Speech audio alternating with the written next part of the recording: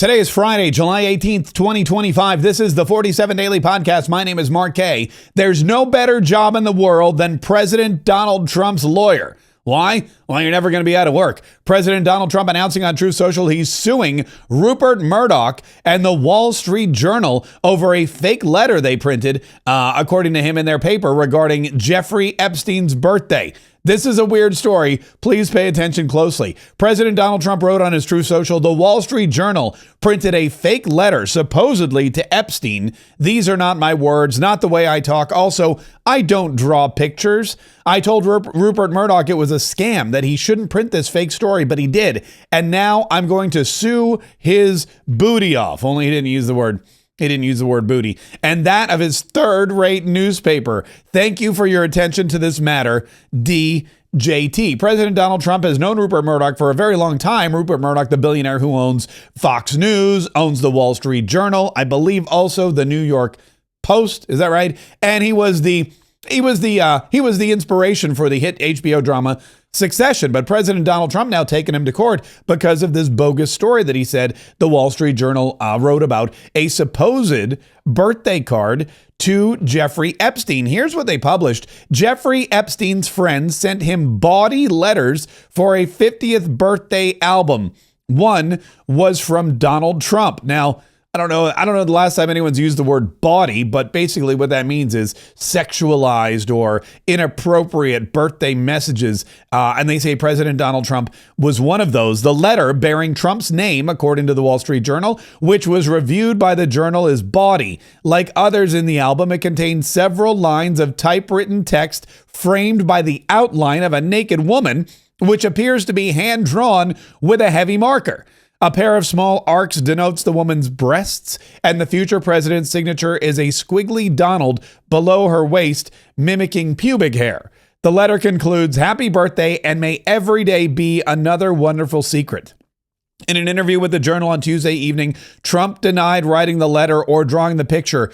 Quote, "This is not me. This is a fake thing. It's a fake Wall Street Journal story. I never wrote a picture in my life. I don't draw pictures of women. It's not my language. It's not my words." Now, President Donald Trump said if the Wall Street Journal approved this story, or if the Wall Street Journal ran with this story, that he was going to sue them. And apparently they ran with the story. And now Donald Trump is filing that lawsuit. And this comes on the tail of two very successful anti-defamation lawsuits that President Donald Trump has already successfully navigated through the courts. One was ABC News, after George Stephanopoulos falsely accused him of being convicted of crimes. And then the latest was CBS's lawsuit that was settled out of court because President Donald Trump sued them for manipulating footage of Kamala Harris during the 60 Minutes interview to make her sound less doofy than she actually is. President Donald Trump, in a longer post on Truth Social, wrote, "The Wall Street Journal and Rupert Murdoch personally were warned directly by President Donald J. Trump that the supposed letter where they printed by President Trump to Epstein was a fake, and if they print it, they will be sued." Mr. Murdoch stated that he would take care of it, obviously did not have the power to do so. The editor of the Wall Street Journal, Emma Tucker, was told directly by Caroline Leavitt and by President Trump that the letter was a fake. But Emma Tucker didn't want to hear that. Instead, they are going with a false, malicious, and defamatory story anyway. President Trump will be suing the Wall Street Journal, News Corp, and Mr. Murdoch shortly. The press has to learn to be truthful and not rely on sources that probably don't exist. And then they went into, of course, all the other articles and all the other lawsuits that Donald Trump, as we said, successfully has already established. Now, all of this, of course, is based on the Epstein brouhaha and all of the attention on the Epstein files after the DOJ, led by Pam Bondi and Kash Patel and Dan Bongino at the FBI, released that joint memo saying there's no there when it comes to Epstein. There is no client list. There's no blackmail, and nobody else will be facing any charges. President Donald Trump yesterday, I guess, as part of this Wall Street Journal story and considerable pressure by his base and other conservative media outlets, announced that Pam Bondi was hereby ordered to release any pertinent grand jury testimony. He wrote, "Based on the ridiculous amount of publicity given to Jeffrey Epstein I have asked Attorney General Pam Bondi to produce any and all pertinent grand jury testimony subject to court approval. This scam perpetrated by the Democrats should end right now. We're not sure if that will be the end of it or if there will be more to it, but Pam Bondi responded saying she is on it and she is going to court today to get those grand jury testimony documents unsealed. Donald Trump, of course, looking for full transparency in this particular instance. Speaking of transparency, Karoline Leavitt, the White House press secretary, at her press briefing opened up with a surprisingly transparent announcement about President Donald Trump's health. I know that many in the media have been speculating about bruising on the president's hand and also swelling in the president's legs. So in the effort of transparency, the president wanted me to share a note from his physician with all of you today. In recent weeks, President Trump noted mild swelling in his lower legs. In keeping with routine medical care and out of an abundance of caution, this concern was thoroughly evaluated by the White House medical unit. The president underwent a comprehensive examination, including diagnostic vascular studies. Bilateral lower extremity venous Doppler ultrasounds were performed and revealed chronic venous insufficiency, a benign and common condition, particularly in individuals over the age of 70. Importantly, there was no evidence of deep vein thrombosis or arterial disease. Laboratory testing included a complete blood count, comprehensive metabolic panel, coagulation profile, D-dimer, B-type natriuretic peptide, and cardiac biomarkers. All results were within normal limits. An echocardiogram was also performed and confirmed normal cardiac structure and function. No signs of heart failure, renal impairment, or systemic illness were identified. Additionally, recent photos of the president have shown minor bruising on the back of his hand. This is consistent with minor soft tissue irritation from frequent handshaking and the use of aspirin, which is taken as part of a standard cardiovascular prevention regimen. This is a well-known and benign side effect of aspirin therapy. And the president remains in excellent health, which I think all of you witness on a daily basis here.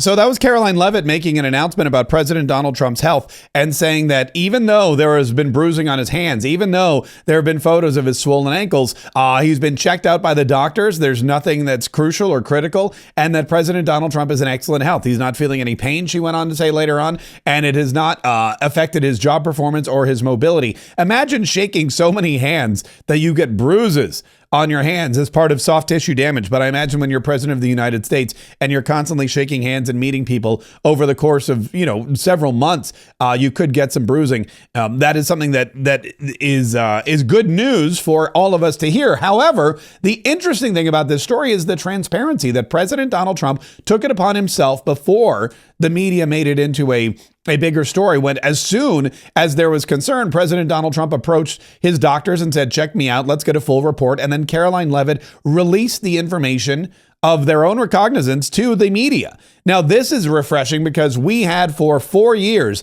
a president who would fall up the stairs, a president who would fall down on stage, a president who couldn't get off the stage, had no idea where he was going, was trying to shake hands with ghosts, a president who walked out and tried to get the attention of a dead congresswoman, and a president who could barely speak. All the while, the White House press secretary, Karine Jean-Pierre, and every other expert or administration official was telling us he's fine. I've never seen him sharper. He's sharp as a tack, been in great shape. He's physically and mentally able to execute the office of President of the United States. And don't worry, if he doesn't, we just have the auto pen ready to go at any moment.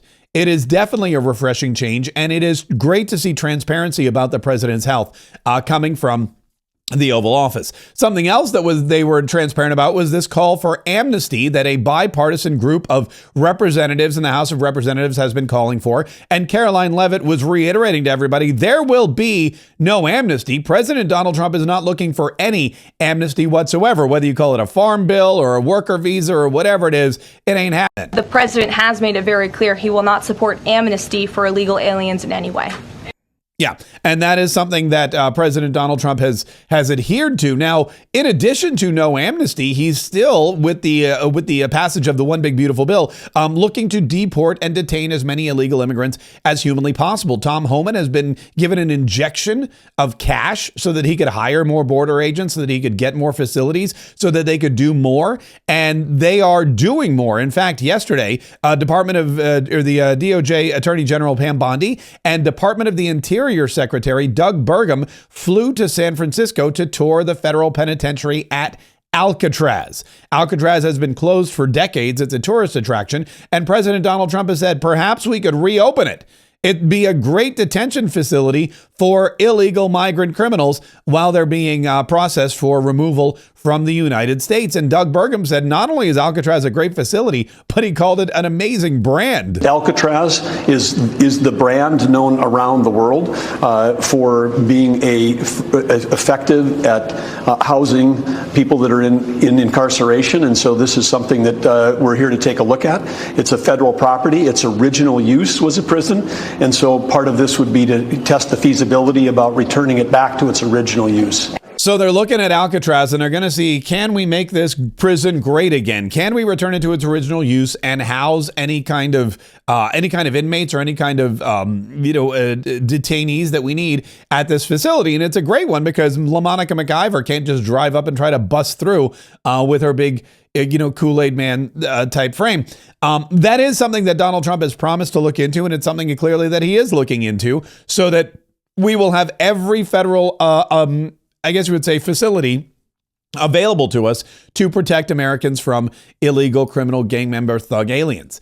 Something else Donald Trump is doing is saving money left, right, and center. And one of the ways he's trying to do it is by stopping the Fed chair, Jerome Powell, who he calls too late, from spending billions of dollars to renovate a building that isn't even worth the money that they're putting into it.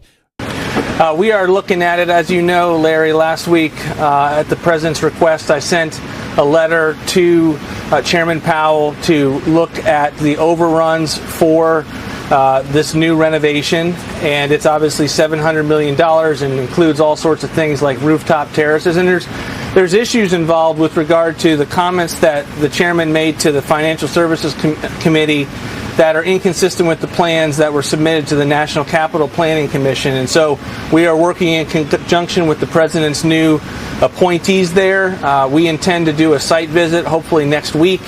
And we want the answers to our questions addressed. And so we're at the beginning of that process, but we are taking it very seriously. As you know, Larry, the president's a builder. He finds it exasperating the extent to which this building is so expensive and the extent to which it is cost overrun.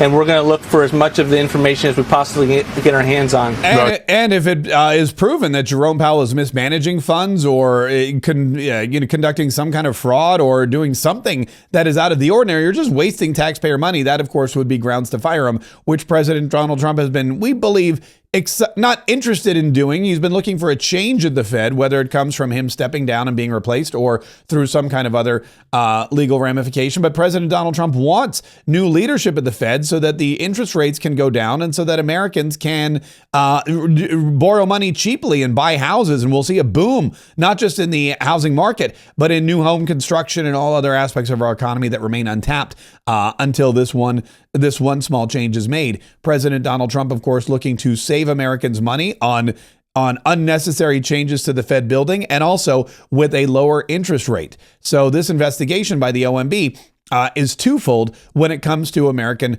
economic exceptionalism, which brings us to NPR and PBS, which late in the evening were finally defunded as the Senate rescission bill went to the House of Representatives, and the House of Representatives also approved it. Therefore, we have $8 to $9 billion in savings from many foreign programs and over $1 billion of savings from the Corporation for Public Broadcasting, which funds NPR and PBS. NPR and PBS are not happy about it, which means it was probably the right thing to do. The CEO of NPR, she's claiming that the cuts to their network will, quote, be a real risk to public safety of the country. Congressman Murkowski has argued that public broadcasting stations save lives.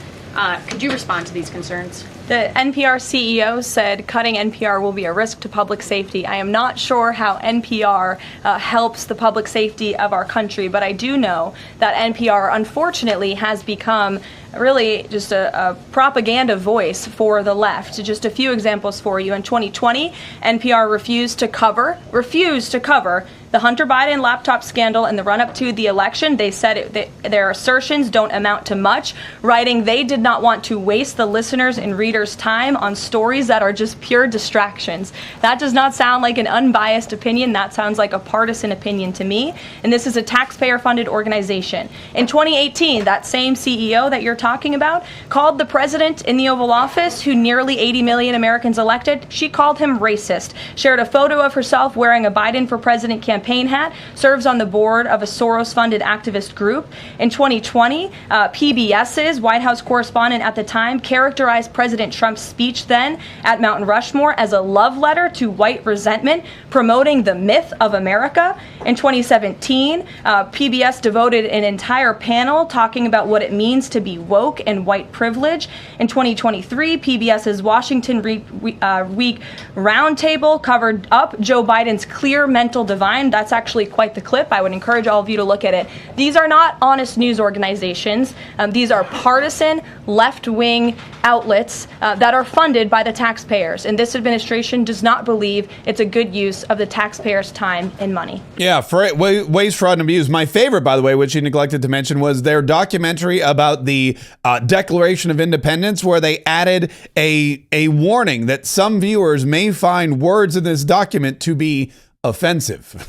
I don't know who's watching PBS, but I know who won't be watching PBS in the future, and that is, well, pretty much anybody. Listen, if you want real truth in broadcasting, if you want real honesty in broadcasting, if you want to know what's actually going on without the lies and the propaganda, then I would urge you to tune into our second daily podcast every single day. Mark Kaye Saves the Republic. We go live at 1 p.m. Eastern time on YouTube and Rumble and X and all kinds of great streaming platforms, or you can catch us at your leisure. All you have to do is find it on your favorite social media, on your favorite podcast platform like iTunes or Spotify. All you do is type in Mark Kaye Saves the Republic, download, subscribe, listen, and enjoy.